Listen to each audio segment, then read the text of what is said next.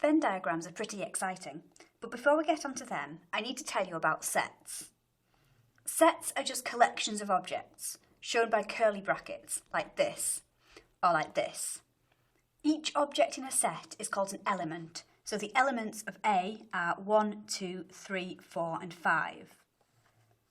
So you can see that set A is just a list of numbers, whereas set B is a description of what the elements are. You could write this out in terms of numbers, so the factors of 8 are just 1, 2, 4 and 8. The universal set is the group of all things that the elements of the sets can be selected from. It's shown by this weird Greek letter. So the universal set could just be something like integers from 1 to 10. The union of sets A and B is all the objects that appear in either set A or set B, and it's written like this. So here we have set A is 1, 2, 3, 4 and 5, set B is 1, 2, 4 and 8. So the union of A and B is this set here. All these objects appear in either set A or set B. The intersection of sets A and B is all the objects that appear in both set A and set B, and it's written like this. So in set A, it's 1 to 5, set B is 1, 2, 4 and 8. You can see that 1, 2 and 4 appear in both sets, so the intersection is just 1, 2 and 4. The number of elements in a set is written like this. So you can see that there are 5 elements in set A, so NA is just 5.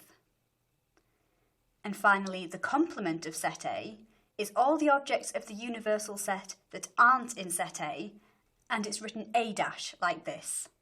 I always think of it as not A. So here we have the universal set as integers from 1 to 10. A is integers 1 to 5, so the complement of set A is going to be 6, 7, 8, 9 and 10. Okay, on to Venn diagrams. You use Venn diagrams to show sets. You can either show the number of elements or the actual elements themselves. I'll show you an example of each now. On a Venn diagram, each set is represented by a circle. So here's set A and here's set B. The universal set is the rectangle that goes around the outside of both circles, like this. So, say our universal set was pets, set A was dogs, and set B was cats, and we're told the number of elements in each set. So we can just put the numbers into the Venn diagram. There are 5 elements in set A, so we'll put a 5 in the circle for A, and 4 elements in set B, so we'll put 4 in that circle.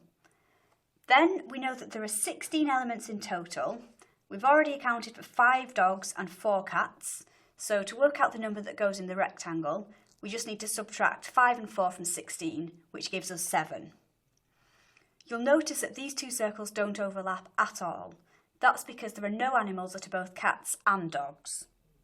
This Venn diagram shows the number of elements in each set, but we could use it to show the actual elements themselves, like this. This one's my favourite. She's called Henrietta, but I quite like Keith the Komodo dragon as well. Okay, on that example, the circles didn't overlap at all. So how about ones that do? This time, we've got the universal set of my DVD collection. Set A is musicals, and set B is films starring Hugh Jackman.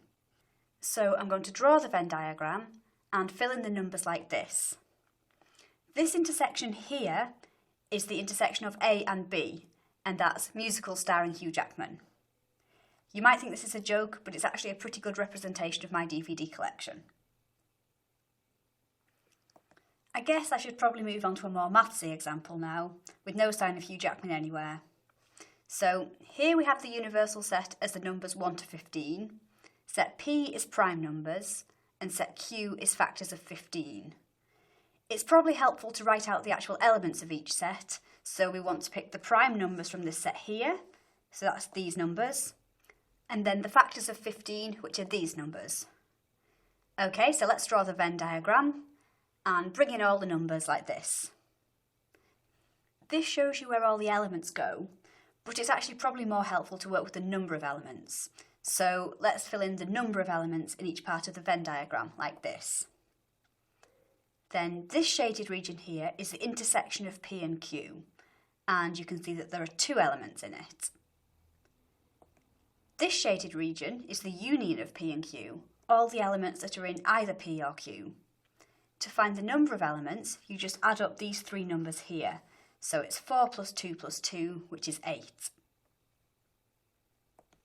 And finally, this region here is the complement of P.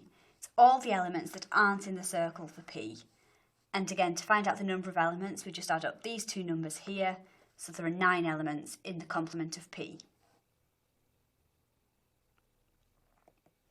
There's another handy use of Venn diagrams. You can use them to calculate probabilities. So here, we're given a Venn diagram that's already filled in, showing the number of Year 11 pupils who play badminton, which is this circle here, and tennis, which is this circle here. So now we want to find the probability that a randomly selected Year 11 pupil plays both badminton and tennis. The first thing we need to do is to work out the number of pupils in Year 11. So we'll just add up all the numbers in the Venn diagram like this, which gives us 50. Now we want to work out the number of pupils who play both badminton and tennis. Well, that's just the intersection of B and T, so it's the number of elements in the intersection, which is this value here, which is 4. Then to find the probability, we just need to do 4 divided by 50, which simplifies to give us a probability of 2/25. Okay, let's try another one. Let's find the probability that a randomly selected pupil plays tennis. So we know the number of Year 11 pupils, it's 50. Now we need to find the number of pupils who play tennis. So we want to add up the 2 values in the tennis circle, so that's 4 and 18, which is 22. So the probability that a pupil plays tennis is 22 divided by 50, which is 11/25. One last one now. Let's find the probability that a pupil doesn't play badminton. So we know that there are 50 pupils in Year 11, and we need to find the number of pupils in the complement of the badminton circle. So that's 18 plus 17, which is 35.